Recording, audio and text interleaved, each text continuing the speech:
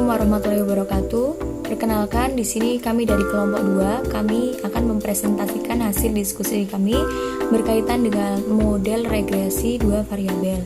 Adapun kelompok 2 yang pertama ada Fernanda Ade Ayu, NPM 180052, kemudian ada Muhammad Dinan Hadian Hanif, NPM 190027, saya sendiri Wulan Lailatul Aida, NPM 190040, dan yang terakhir ada Muhammad Nasrul Amin, NPM 190050. Ya, langsung saja yang pertama yaitu bentuk model. Model regresi dengan dua variabel umumnya dituliskan dengan simbol berbeda berdasarkan sumber data yang digunakan, meskipun tetap dituliskan dalam persamaan fungsi regresi yang sama. Fungsi regresi yang menggunakan data populasi atau FRP umumnya dituliskan dengan simbol huruf besar, sedangkan fungsi regresi yang menggunakan data sampel atau FRS umumnya dituliskan dengan simbol atau huruf kecil. Adapun rumus matematikanya adalah Y sama dengan A plus BX plus E, di mana A merupakan konstanta, kemudian B merupakan koefisien regresi, E merupakan error, Y merupakan variabel dependen, dan X merupakan variabel independen. Nah, kemudian yang selanjutnya yaitu model regresi itu dibagi menjadi dua metode. Kedua model, yang pertama yaitu OLS atau Ordinary Least Square, dan juga metode Maximum Likelihood. Nah, yang pertama ini adalah Ordinary Least Square atau sering juga disebut dengan metode kuadrat terkecil. Nah, untuk mencari OLS ini dapat digunakan dua rumus. Yang pertama yaitu rumus mencari B atau koefisien regresi. B sama dengan N dikalikan dengan jumlah XY dikurangi dengan jumlah X dikali jumlah Y, maka akan ketemu N. Kemudian untuk mencari nilai A, yaitu A sama dengan jumlah Y dikurangi dengan H dikalikan dengan jumlah X, juga akan ketemu N. Nah, untuk rumus yang kedua yaitu mencari nilai B. B sama dengan jumlah XY, maka akan ketemu dengan jumlah X kuadrat. Kemudian untuk mencari nilai A yaitu A sama dengan Y dikurangi dengan B dikalikan dengan X. Untuk next selanjutnya adalah asumsi yang harus dipenuhi dalam OLS. Ada 3 asumsi, yaitu yang pertama adalah asumsi nilai harapan bersyarat dari EI dengan syarat X sebesar XI mempunyai nilai 0. Lalu yang kedua adalah kovarian EI dan EJ mempunyai nilai 0. Nah, nilai 0 dalam asumsi ini menjelaskan bahwa antara EI dan EJ tidak ada korelasi serial atau tidak berkorelasi. Nah, yang ketiga adalah varian EI dan EJ sama dengan simpangan baku standar deviasi. Oke, untuk slide selanjutnya adalah prinsip-prinsip metode OLS. Nah, metode OLS ini terdapat prinsip-prinsip antara lain. Yang pertama adalah analisis dilakukan dengan regresi, yaitu analisis untuk menentukan hubungan pengaruh antara variabel bebas terhadap variabel terikat. Regresi sendiri akan menghitung nilai A, B, dan E atau error. Oleh karena itu dilakukan dengan cara sistematis. Lalu yang kedua adalah hasil regresi akan menghasilkan garis regresi. Garis regresi ini merupakan representasi dari bentuk arah data yang diteliti.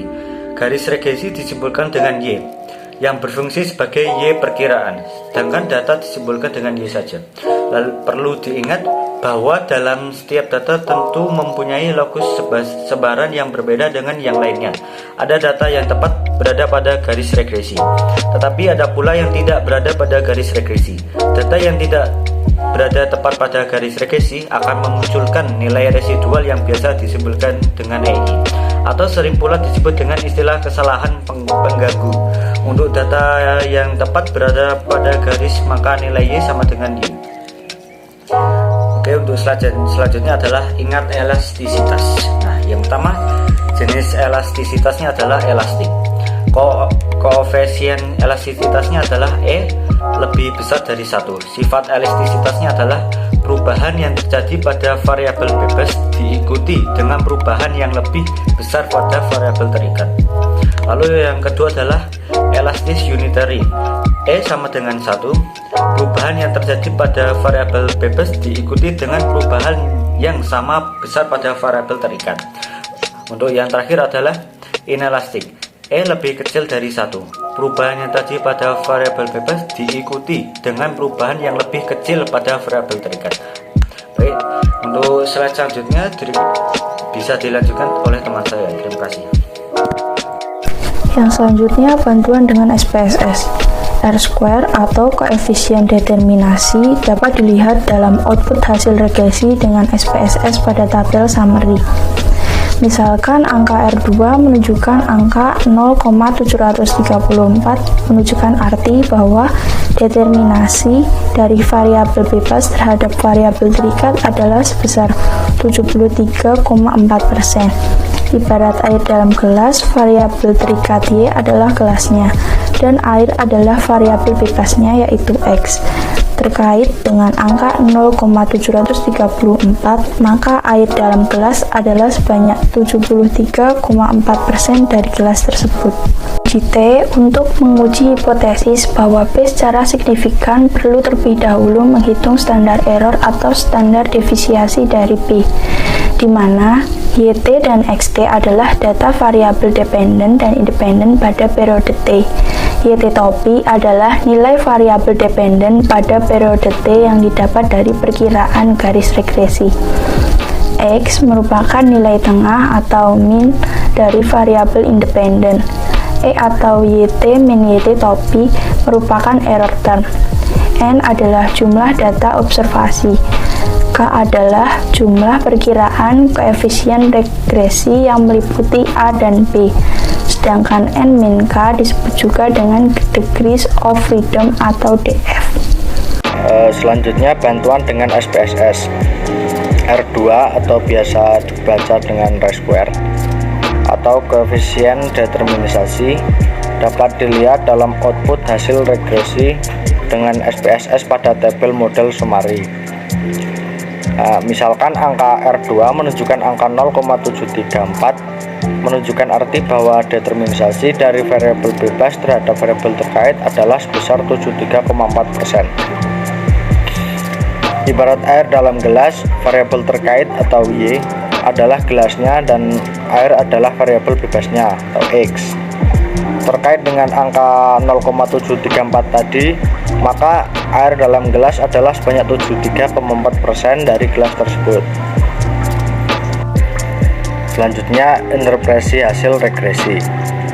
Setelah tahapan analisis regresi dilakukan sesuai dengan teori-teori yang relevan, langkah terpenting berikutnya adalah menginterpretasi hasil regresi. Interpretasi yang dimaksud di situ adalah mengetahui informasi-informasi yang terkandung dalam hasil regresi melalui pengertian dari angka-angka parameternya, yaitu koefisien determinasi atau R2. Koefisien determinasi atau R2 pada intinya mengukur seberapa jauh kemampuan model dalam menerangkan variasi variabel terikat.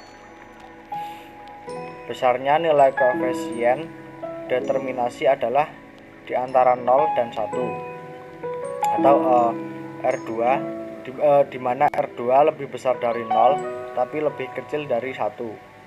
Nilai R2 yang mendekati 0 menunjukkan kemampuan variabel-variabel independen dalam menjelaskan variasi variabel dependen amat terbatas. Nilai yang mendekati angka 1 menunjukkan variabel-variabel independen memuat hampir semua informasi yang dibutuhkan untuk memprediksi variasi variabel dependen. Sekian presentasi dari kelompok kami. Jika ada salah kata kami mohon maaf.